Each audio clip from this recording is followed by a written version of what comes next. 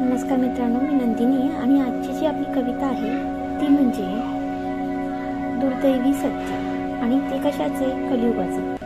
तर हो मित्रांनो, जी सध्याची जगाची जी आज परिस्थिती आहे त्यावर आधारित ही कविता आहे. तर ती तुम्ही नक्कीच ऐका आणि तुम्हाला काय वाटते ही कविता ऐकल्यानंतर ते मला कमेंट करून नक्की कळवा. तर मग आजच्या आपल्या या कवितेला सुरुवात करूया. सुरुवात अशी अंत कसा होणार, सुरुवात अशी अंत कसा होणार, हे कलियुग आता कोणत्या काठाला जाणार. चिमुकल्या कळ्याला चुरगळताना यांना काही कसे वाटत नाही, चिमुकल्या कळ्याला चुरगळताना यांना काही कसे वाटत नाही. निरागस चेहऱ्यांकडे पाहून यांचं काळीच कसं पाटत नाही. मोठे मोठे स्वप्न डोळ्यात घेऊन घरातून निघालेली मुलगी परत आलीच नाही. मोठे मोठे स्वप्न घेऊन घरातून निघालेली मुलगी परत आलीच नाही.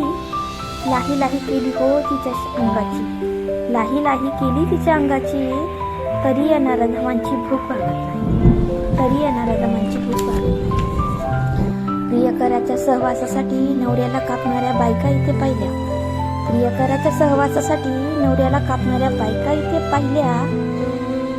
त्या स्त्रिया कुठे विलुप्त झाल्या, ज्या एके वेळी कुंकवासाठी देवाशीही बांधल्या. स्वप्नांची भरारी घेऊन उडणारा पक्षी, स्वप्नांची घेऊन उडणारा पक्षी घरट्याला भिडलाच नाही. सुरुवात केली होती क्षितिजापर्यंत जाण्याची, पण काही क्षणही तो उडला नाही, पण काही क्षणही तो उडला नाही. उडणाऱ्याचे मरण डोळ्यापुढे घेऱ्या घालत होते, उडणाऱ्याचे मरण डोळ्यापुढे घेऱ्या घालत होते, तर खाली बसलेले जेवता जेवता बोलत होते. क्षणात आले मृत्यूचे विमान, बेचिराग झाल्या दाही दिशा, क्षणात आले मृत्यूचे विमान, बेचिराग झाल्या दाही दिशा.